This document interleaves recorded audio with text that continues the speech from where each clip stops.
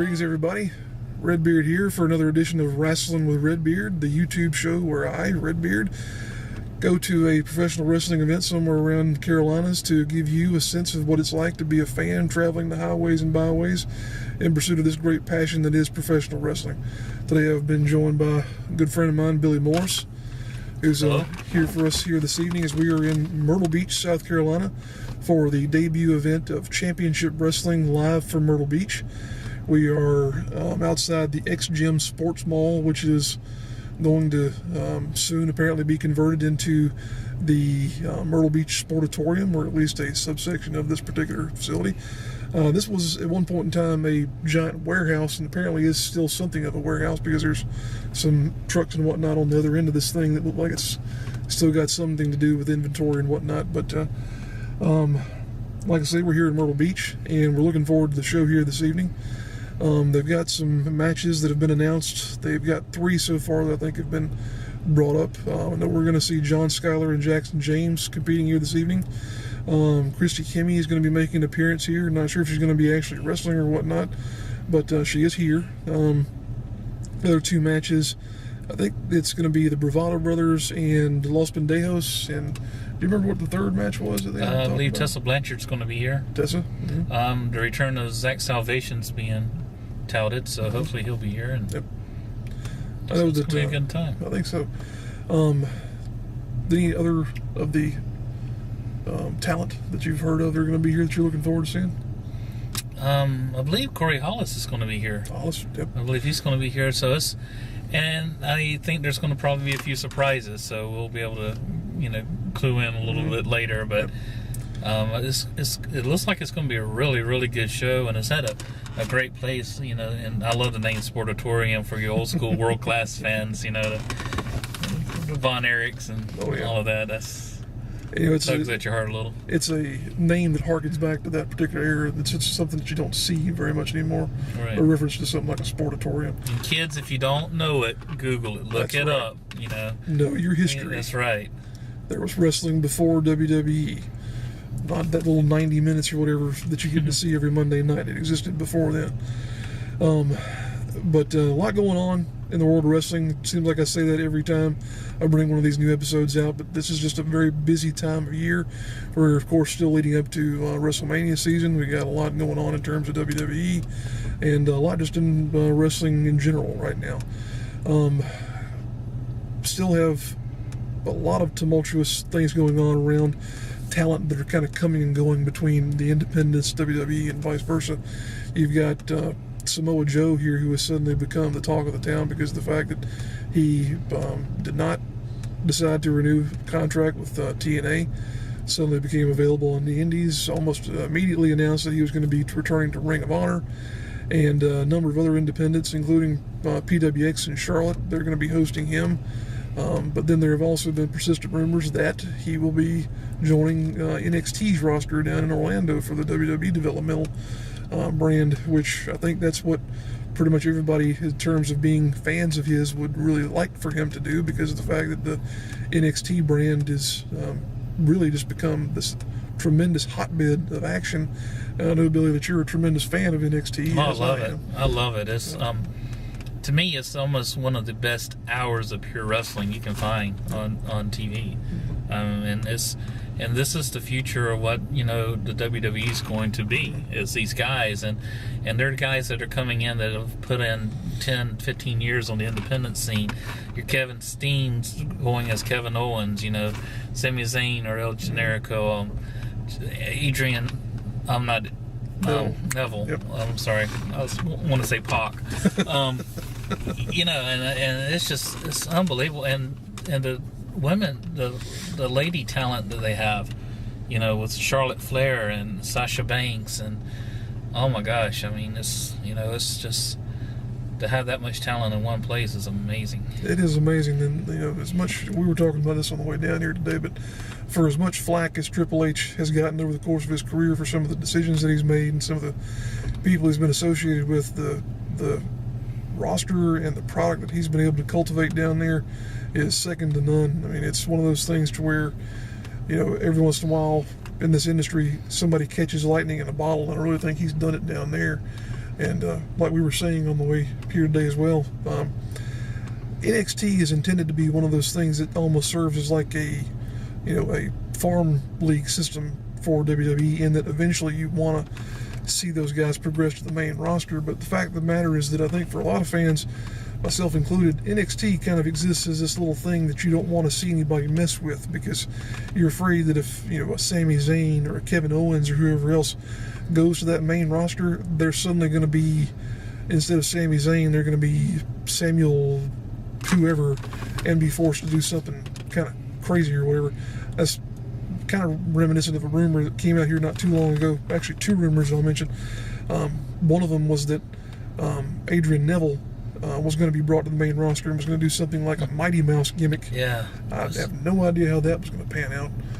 That was disturbing when I heard that, because the last thing I wanted him to do is, but once again, I was going to say I didn't want to see him already start off kind of with an albatross around his neck, but talent shines, and if you got talent, it's going to come through, and it's you can't deny that. So I think that he can make chicken pot pie out of chicken, anyway. So yeah, it's one of those things like Billy was mentioning there. You hate for a guy to get brought into the main roster and then have that immediately sort of get hung around his neck as a boat anchor, to where they've got to make that character work. They can't just let their natural athleticism speak for them as it does in NXT, to where you've got these guys who can go out and have phenomenal matches and show what they can do in terms of being a pure wrestler or whatnot, and have that be enough to get over, as opposed to where you go to Raw or SmackDown and you've got to be an Adam Rose type, to where you've got to put that character first before anything else. But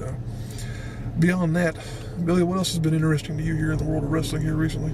Well, we spoke earlier about Lucha Underground. That's great. I'm a big fan of, not so much, of Lucha Libre as I am Japanese strong style, but I still like it. I mean, I still love the athleticism, and I love to watch, AAA, and I love to watch CMLL when I get a chance.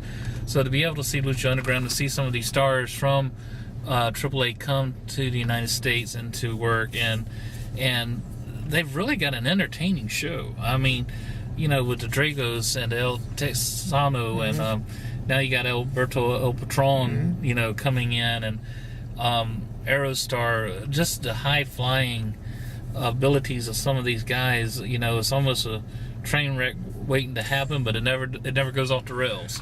So I've really enjoyed watching that. Yeah, I hate to say this, but Billy stole my thunder whenever we were talking about this particular topic here, because Lucha Underground, if you're not watching it and you're a wrestling fan, you're really doing yourself a disservice, because the style that Lucha Underground is shot in, it's like a movie style of presentation, to where it's got this, almost Pulp Fiction-y, whatever you want to call it, kind of gritty presentation to it to begin with.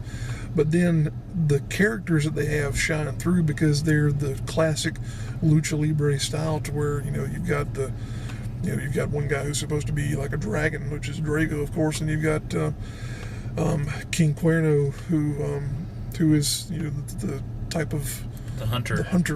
Comes to the ring wearing a deer head, and then some of the other people who are involved in that particular program, they're just tremendous athletes, and they do the high-flying maneuvers that you can only see in Lucha Libre.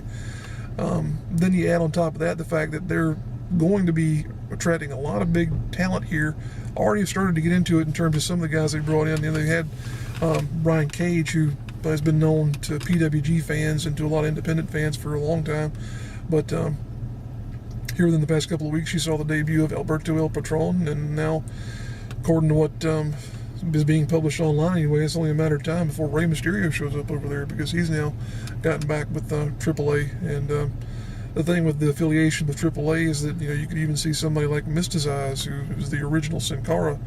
You never know, he could show up over there as well. So there's a lot of opportunities there, a lot of big things going on for Lucha Underground. I kind of wish they were on a network that got a little more play than El Rey, because in some cases it's not something that's that easy to find. Right. I know a lot of people have had to resort to going online and watching it through like Daily Motion and whatnot to try and get their fill, but at the same time, at least it's out there in some way, shape, or form. But But there's never been a time I can think of recently where there has been so much wrestling that you can digest. Oh, yeah. You know, you can hardly get around to all of it. With Lucha Underground, NXT, the many hours of WWE programming that they put, not only that, but on the network itself, which, you know, when the network came out, I was a little skeptical about it, but I love it. I absolutely love it. If somebody could have told me when I was 12 years old that I would have this much wrestling to be able to watch on the weekend, I thought you were lying.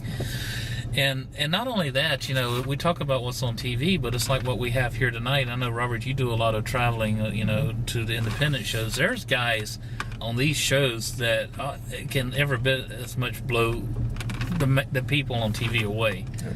I mean, you know, your John Schuyler's, your Jackson James, your Bravado Brothers, Cedric Alexander, Corey Hollis, we're going to see here, you know. I mean, my God, you know, this, if people wonder what happened to wrestling, or they don't like what wrestling has become, and they want to know where can we see it like it used to be, but it's all around you.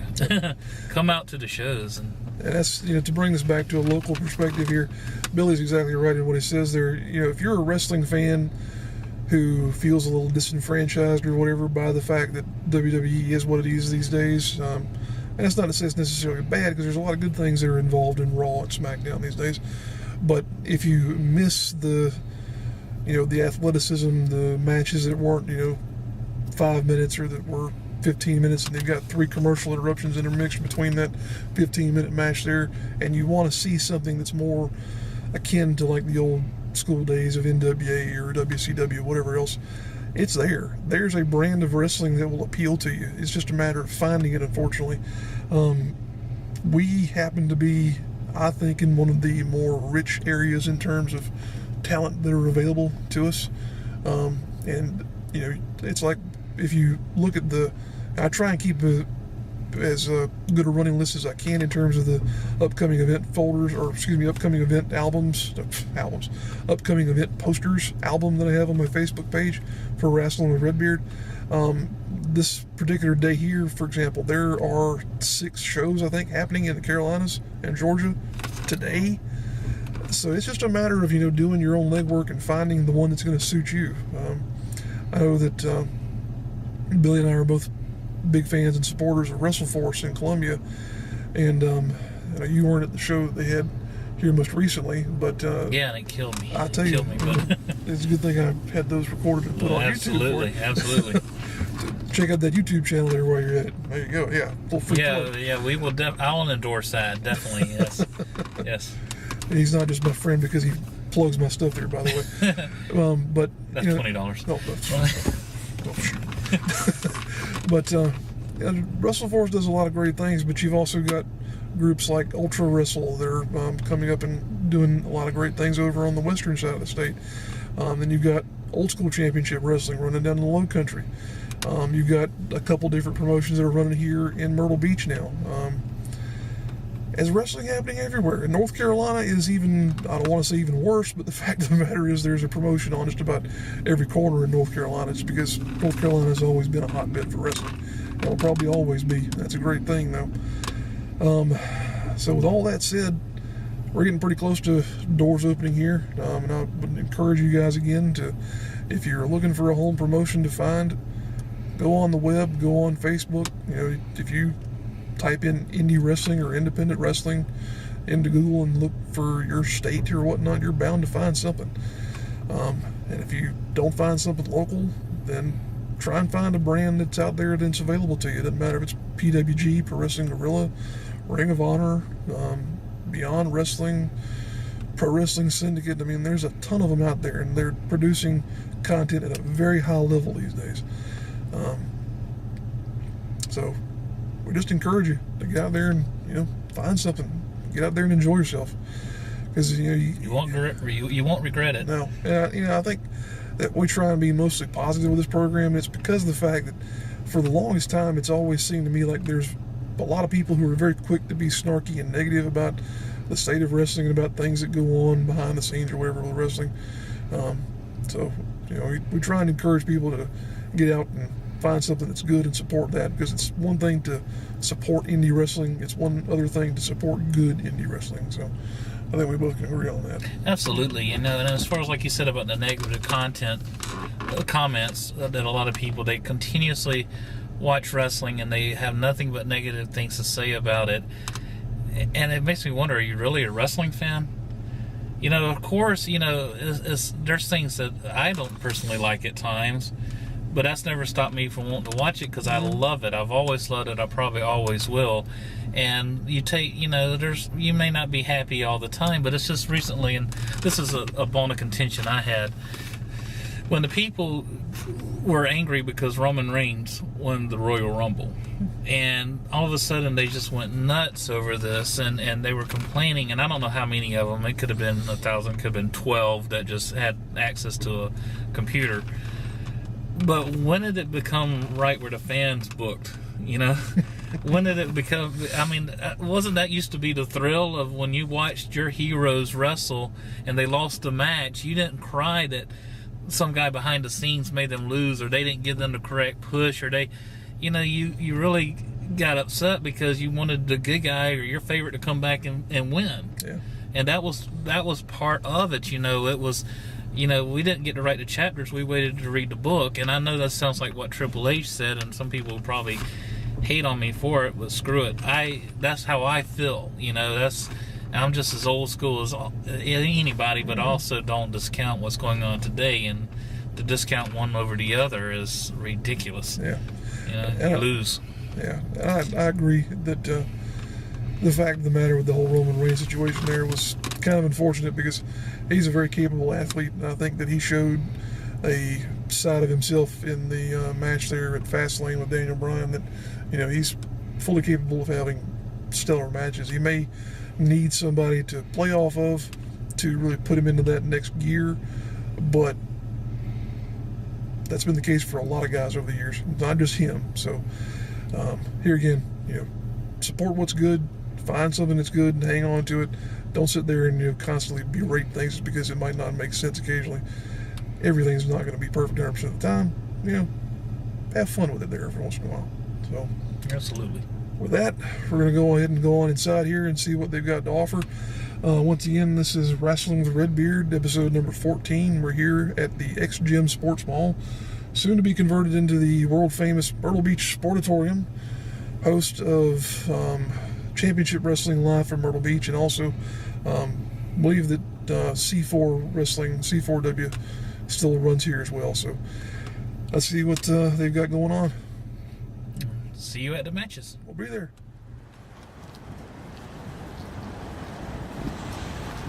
Kind of like with knees. Yes. Somebody has a knee replaced or whatever. It's almost like never quite has the thing. I'm going down that road there too. Thank you, sir. Yep.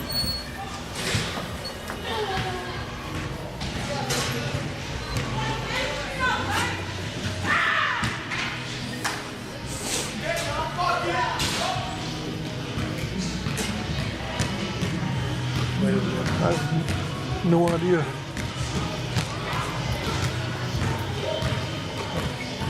I imagine it's back there in the back corner where all that black tarp is back there. Let's see.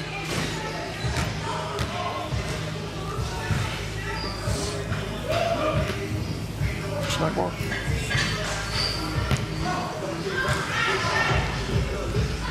How y'all doing? Hey, the wrestling matches, Sure, y'all just need to walk on past our gym okay? and take a left at the end of the wall, and you're heading right over to the other side of the building. Okay. Thank you. Appreciate And it. what a better way to have championship wrestling than on the CW network. And here to tell you all about that is the host of Midnight Mayhem, Mr. Aaron Varnell.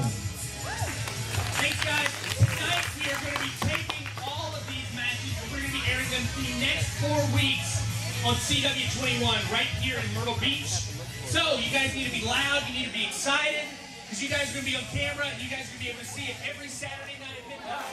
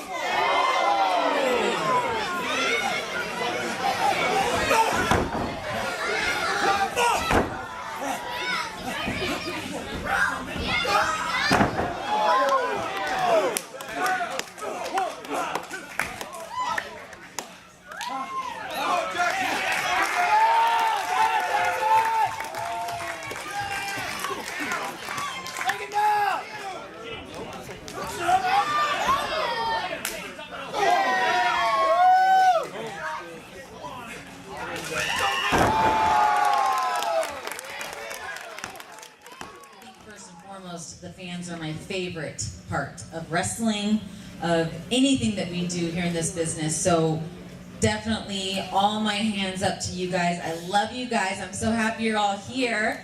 Let's hear it for the fans.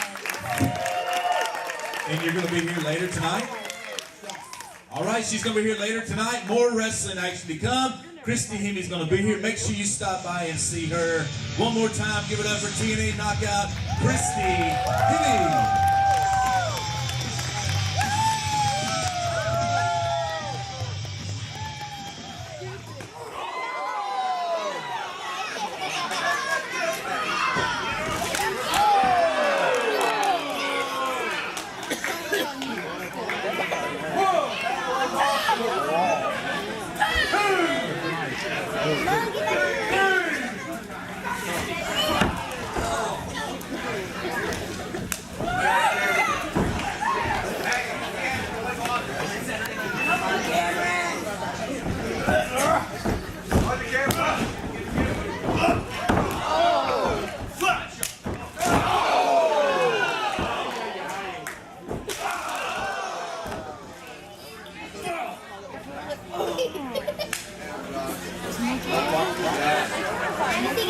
This is gonna hurt right here.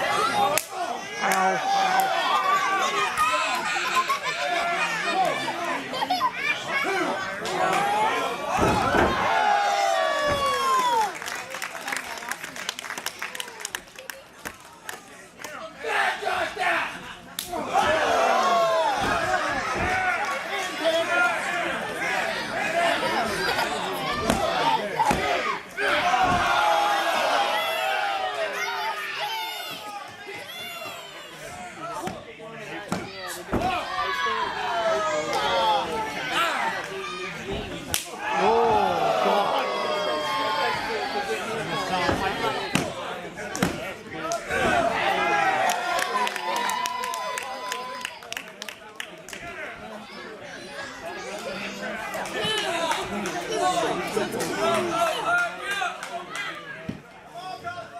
Next month here in Myrtle Beach, they're bringing in a female named Crazy Mary Dobson.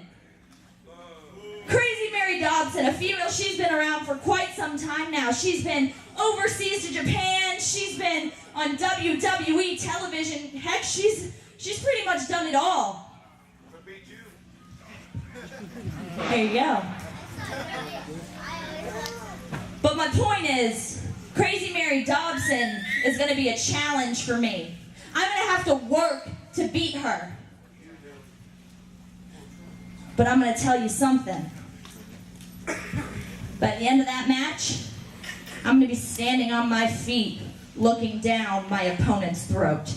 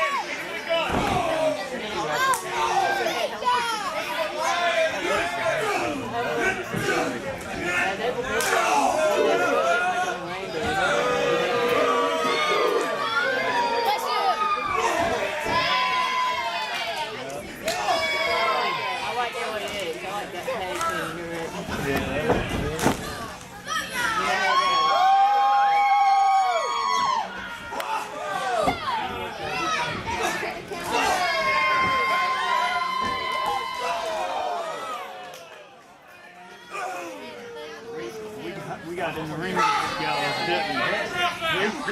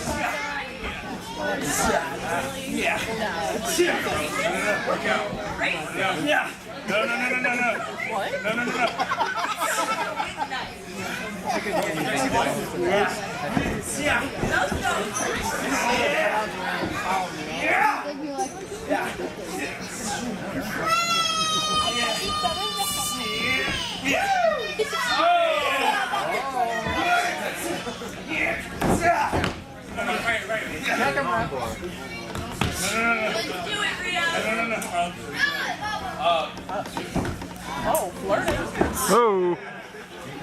Don't take it.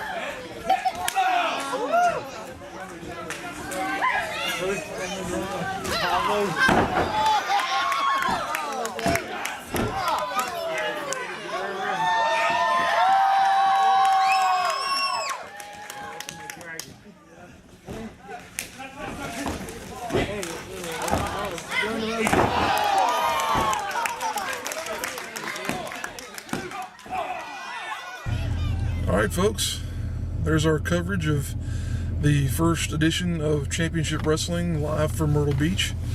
Had I'd say a good showing here the first time out. Kind of a brief show, I would say, though.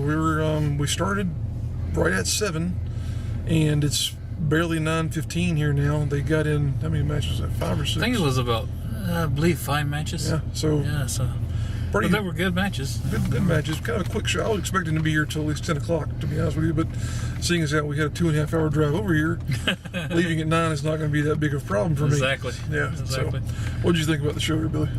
I thought it was good. The matches were really good. I did really think that they had a standout match only because they were all almost of the same level. The last match was the Bravado Brothers versus Ladejos was really good. Yeah. It was action-packed and entertaining, but even all the way down, I think I guess the standout to me, I guess if I had to pick one, would be the first one, John Schuyler versus Jackson James. I think they work really good together, and the more they're in the ring together, they seem to mesh well. So that was good. Yeah, I was going to say probably my favorite match of the card was that one there, and it happened to be the opening match, which was Jackson James and John Schuyler. And it's not just because of the fact that we see those guys a lot around the Carolinas here, it's the fact that they really put on a fantastic match, I thought. Chase Owens and Corey Hollis also had a good match that had a good build to it. It started off kind of slow, and they built up to a good crescendo there in terms of the finish of that match. Los Pendejos and the Bravado Brothers was a fun match. I'll say that. They had a little, I'll call it an incident there at the beginning of the match where one of the Los Pendejos members actually got a piece of pizza from Tessa Blanchard, who was at ringside doing some commentary and happened to have a piece of Little Caesars pizza, and let's just say that a fan obliged that member of Los Pendejos with a Pepsi, and the Pepsi spewed everywhere, so the Towel Boy, who was making a number of appearances during the show, got to have a little bit of a starring role there for a moment. The Towel Boy was a big hit. Actually, I haven't seen many Towel Boys, but it was good. He worked hard. He did. As far as Towel Boys go, he was on the spot. Yeah. One thing I will say about the show here, a couple things I'll note in regard to the venue itself. This is, as we've already talked about, in the X-Gym Sports Mall.